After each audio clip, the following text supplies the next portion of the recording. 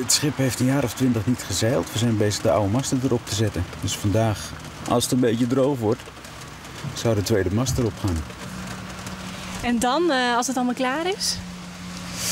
Dan willen we deze zomer, ik met een vrouw en 2 dochters, gaan varen.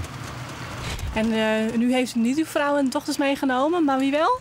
Oude schoolkameraad. Wij kennen elkaar vanaf dat we 8 waren. 8 waren. Dus dat is al een tijdje. Dit is sinds jaren eigenlijk de tweede keer weer. Van het voorjaar een keer en nu weer. Elkaar enige jaren niet gezien en de banden weer eens even aangetrokken.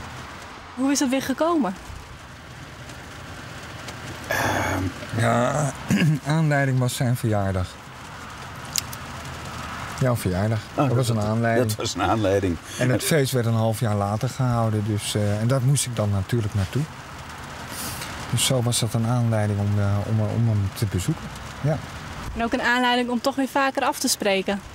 Ja, dat sowieso. Dat is natuurlijk leuk. Ik bedoel, als je elkaar al vanaf je 8e kent en dan een hele tijd niet, dan blijft er een heel klein stukje vertrouwd iets over wat bijna familiair is. En dat is natuurlijk hartstikke leuk om elkaar dan weer zo te zien. Ja. Ja. Vroeger was het al met z'n tweeën zeilen.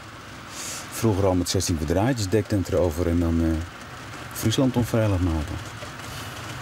Uitgaan een beetje. In de disco rondzwerven s'nachts, dat deden we ook wel al op die leeftijd. Ja.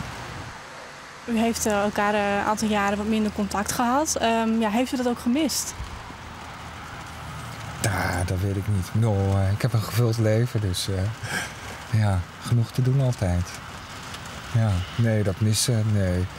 Nee, missen. Misschien merk je dat pas als je elkaar weer ziet of zo, dat je dat hebt gemist. Ja, weet ik niet. Nee.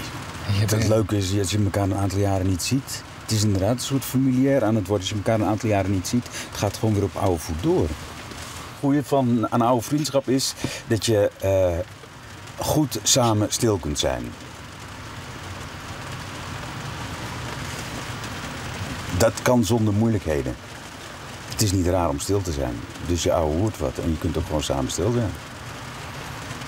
En klussen samen is heerlijk. Wij zitten samen gewoon lekker aan zo'n oud schip te klooien. Kunnen we de hele dagen mee zoet zijn en s'avonds een borreltje. En veel woorden zijn er niet nodig. En zo zaten we vroeger ook met autootjes in het zand te spelen toen we jong waren. Vast wel. Ja, Nee. een cowboytje en dergelijke. Dat blijft dan je hele leven hetzelfde. Gek genoeg. Mm-hmm. Ja.